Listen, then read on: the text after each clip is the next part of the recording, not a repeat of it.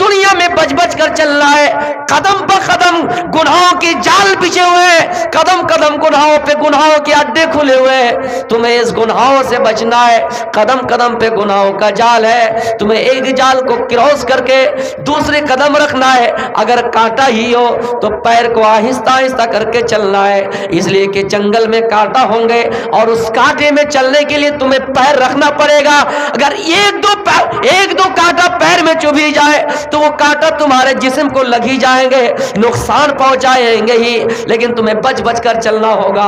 اگر بچنے کے بعد بار بار بچنے کے بعد ایک دو کانٹا پیر میں چبھ جائے اور کچھ غلطی ہو جائے اور غلطی ہونے کے بعد تمہارا جسم پھوڑا ہو جائے، تمہارے جسم میں گھاؤ ہو جائے، تو میرے پیارے ساتھیوں جس طرح اس کا علاج یہ ہے کہ ڈاکٹروں کا سہارا لے، جس طرح علاج ہے کہ MBBS ڈاکٹروں کا سہارا لے، اس جگہ پہ پٹی باندھ دیا جائے، اسی طرح اللہ رب العالمین فرماتا ہے اگر دنیا میں کوئی غلط کام ہو جائے، تم سے کچھ غلطی ہو جائے، اس کا علاج قرآن میں بتلاتا ہے، یا ایھا الذین آمنوا توبوا الی اللہ توبۃ نصوحا عسى ربکم ان یکفر عنکم سیئاتکم ویدخلکم جنات تجری من تحتها الانہار۔ اے لوگو، اے ایمان والو، دنیا میں لاکھ گناہوں کے بچنے کے باوجود زنا سے بچ گیا، چوری سے بچ گیا، سود سے بچ گیا، ڈکیتی کرنے سے بچ گیا، لیکن شراب پی لی، گناہ کر لیا، اگر گناہ کوئی ہو جائے اس کا علاج ہے کہ اپنے رب کے سامنے سر جھکاؤ اور اللہ سے دعا کرو، یا اللہ میں گناہوں سے بچتا رہا لیکن انسان ہے، گناہ ہو ہی گیا، غلطی ہو ہی گئی، اللہ تو معاف کر دے، اللہ توبہ قبول کرنے والا ہے، اللہ ہماری بخشش کرنے والا ہے۔ اس لیے میرے پیارے ساتھیوں، گناہ ہو بھی جائے تو پھر بھی ہم اللہ سے بخشش کریں۔ ابوالکلام آزاد کے والد ان سے یہ کہہ رہے ہیں کہ اے میرے بیٹا، تلخ زبان انسان کو زیادہ نقصان پہنچائے گی بنسبت جلی ہوئی روٹی کے۔ اس کے بعد وہ دنیا کو یہ سمجھا دیے۔ ہم اور آپ سورہ فاتحہ میں یہ پڑھتے ہیں، اہدنا الصراط المستقیم، اے اللہ تو ہمیں سیدھی راہ کی طرف لے چل، ان لوگوں کے راستے میں، صراط الذین انعمت علیہم، اے اللہ جن لوگوں پر تو نے انعام کیا ہے، جن لوگوں پر تیرا انعام ہوا ہے، اے اللہ جو متقیوں کا راستہ ہے، جو پرہیزگاروں کا راستہ ہے، اے اللہ جو جنت کا راستہ ہے، اے اللہ تو اسی مارگ پر لے چل، صراط الذین انعمت علیہم غیر المغضوب علیہم ولا الضالین، اور ان لوگوں کے راستے پر نہ لے چل جن پر تو نے غضب نازل کیا ہے، اور جو لوگ بھٹکے ہوئے ہیں ان کے راستے پہ نہ لے چلو۔ میرے پیارے ساتھیوں، وہی راستہ پر لے چل جو راستہ جناب محمد الرسول اللہ کا ہے، جو راستہ شریعت مصطفیٰ کا ہے، جو راستہ شریعت کا راستہ ہے۔ میرے پیارے ساتھیوں، جو دین، جو محمد کا راستہ ہے، تب تک سندر مدی کویا، تب تک سندر مدی کویا، بنا محمد پار نہ ہویا۔ آج یہ بھی منتروں میں ہے کہ اے لوگوں کچھ بھی کر لو، محمد کے علاوہ کوئی راستہ ہے ہی نہیں۔ اگر پیراڈائز جانا ہے، سورگ جانا ہے، پردان نگر جانا ہے، جنت جانا ہے، اگر تم ایک اچھی جگہ کی تلاش ہے تو محمد الرسول اللہ کی شریعت کو اپناؤ۔ اس لیے تو نمازی جب نماز پڑھتا ہے ہر رکعت میں سورہ فاتحہ پڑھتا ہے، سورہ فاتحہ کی تلاوت کرتا ہے اور یہی دعا کرتا ہے، اللہ اہدنا الصراط المستقیم، اے اللہ تو ہمیں سیدھی راہ کی طرف لے چل۔ اور اسی چیز کو منتروں میں کہا، اگنے نیا سو پتھار رہے آسمان، اگنے نیا سو پتھارے آسما بسوانی دیب ویونان بیودان ویودھا سمز ہوران منو دوشتام تنما اکتی کام بدھیما۔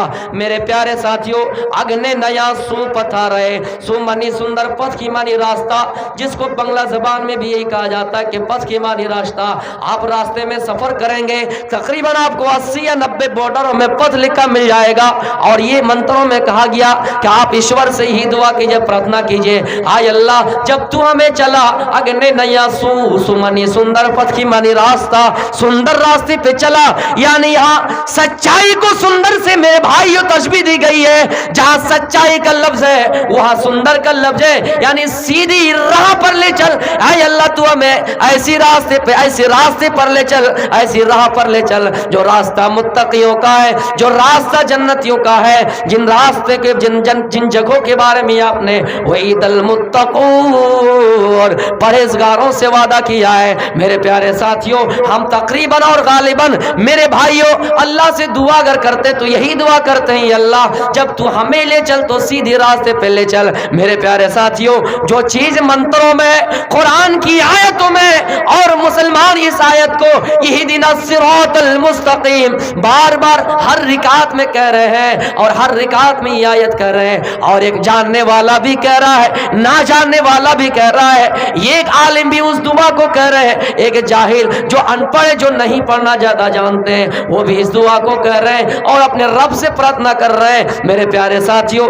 اس لیے ہمیں اور آپ کو چاہیے کہ ہم اللہ ہی سے دعا کریں, ربنا آتنا فی الدنیا حسنۃ وفی الآخرۃ حسنۃ وقنا عذاب النار. اے اللہ تو ہمیں دنیا میں بھی بھلائی عطا فرما اور آخرت میں بھی بھلائی عطا فرما. دنیا کی بھلائی ہے کہ ہم جب شادی کریں تو نیک عورت سے شادی کریں, مال کو ترجیح نہ دیں, ہم مال کمانے کے چکر میں نہ رہیں. اے لوگوں یہ دنیا ختم ہو جائے گی, دنیا فانی ہے, دنیا کا مال ختم ہو جائے گا. بل تؤثرون الحیات الدنیا والآخرۃ خیر وابقا. کہیں پر فرمایا وللآخرۃ خیر لک من الاولی. اے لوگوں آخرت کی زندگی دنیا کی زندگی سے بہتر ہے, اس لیے ہم دنیا کی زندگی کو ترجیح نہ دیں, دنیا میں مال اتنا نہ کمائے کہ اپنے اللہ کو بھول جائے, اپنی آخرت کو بھول جائے. میرے پیارے ساتھیوں ایک صحابی جن کا نام جلیبیب تھا, یہ شکل سے کالے, ان کے پاس نہ مال تھا نہ دولت تھی, اللہ کے رسول کے پاس آئے, آپ نے دیکھا اے جلیبیب الا تتزوج, اے جلیبیب کیا تم شادی نہیں کرو گے؟ جلیبیب کا وہی جواب, اے جلیبیب کیا تم شادی نہیں کرو گے؟ جلیبیب کہتے اللہ کے نبی میں تو غریب ہوں, میں تو کالا ہوں, میری ناک چپٹی ہے, میری آنکھ چھوٹی ہے. اے اللہ کے نبی مجھ جیسے انسان سے کون شادی کرے گا؟ کوئی اور شادی کرنے کو میرے ساتھ تیار نہیں ہے. اے اللہ کے نبی مجھ جیسے انسان سے کون شادی کرے گا؟ آپ نے فرمایا جلیبیب جاؤ مدینے کے اندر ایک امیر گھر ہے, اے جلیبیب جاؤ وہاں ایک خوبصورت لڑکی ہے, جاؤ پیغام دینا اور یہ کہنا کہ یہ پیغام جناب محمد رسول اللہ نے بھیجا ہے. یہ خط لے کر جلیبیب چل دیے مدینہ. جب مدینہ گئے, مدینے کے اندر اس گھر میں پرویش کیے, مدینے میں اس گھر کے اندر دروازے میں دستک دیے, باہر سے کوئی باہر آیا, آدمی گھر سے کوئی باہر آیا. جلیبیب نے کہا السلام علیکم ورحمت اللہ. جلیبیب نے سلام دیا اور یہ بھی کہا لوگوں آپ کو اللہ کے رسول نے سلام کیا ہے. خوشی ہوئی, گھر میں خوشیوں کی چہل قدمی شروع. میرے بھائیوں پھر جلیبیب کہتے ہیں لوگوں اللہ کے رسول نے یہ بھی بتلایا کہ میرے ساتھ تم اپنی بیٹی کی شادی دلاؤ, میرے ساتھ تم اپنی بیٹی کی شادی دلاؤ. جلیبیب کہاں ان کی بیٹی کہاں؟ وہ لوگ کہنے لگے میری بیٹی چاند کا ٹکڑا ہے, آنکھوں کا تارا ہے, کیسے میں تمہارے ساتھ شادی دلا دو؟ تم تو کالے ہو, تم شکل سے ٹھیک نہیں ہو, تم غریب ہو, تم لاچار ہو, تم مسکین ہو, تمہارے پاس رہنے کو کچھ مکان نہیں ہے, تمہارے پاس کچھ نہیں ہے, پھر کیسے میں تمہارے ساتھ شادی دلا دو؟ ایسا ہو ہی نہیں سکتا. میرے بھائیوں انہوں نے کہا ٹھیک ہے تم کچھ دیر کے لیے بیٹھو, میں اپنی بیوی سے مشورہ کر لیتا ہوں. وہ اپنی بیوی سے جا کر کہا میری بیوی اللہ کے رسول نے پیغام بھیجا ہے کہ اللہ کے نبی کا یہ فرمان ہے کہ میں اپنی بیٹی کی شادی جلیبیب سے کر دو. آئے میری بیوی جلیبیب کالا ہے, شکل سے کالے, ان کے پاس نہ مال ہے نہ دولت ہے, میری بیٹی تو آنکھوں کا تارا ہے, میری بیٹی تو نور ہے, میری بیٹی تو چاند کا ٹکڑا ہے, میری بیٹی خوبصورت ہے, پھر کالے انسان سے غریب انسان سے میں اپنی بیٹی کی شادی کیسے دلا دو؟ ان کی بیوی نے بھی انکار کر دیا, میاں بیوی دونوں انکار ہو گئے. تب جلیبیب چلنے لگے, لیکن یہی معاملہ گھر کے پردے کے پیچھے سے ان کی بیٹی دیکھ رہی تھی. یہ منظر ان کی بیٹی دیکھ رہی تھی کہ میرے ابو نے ٹھکرا دیا ہے، میری ماں نے ٹھکرا دیا ہے۔ میری قوم کی بہنوں، اگر اس واقعے کو سمجھ رہے ہو تو صحیح سے سنو۔ اس لڑکی نے جواب دیا اندر ہی سے اور یہ کہا کہ اے میرے گارجین، اے میرے والد، اے میری والدہ، اے میرے ماں باپ، اگر جناب محمد،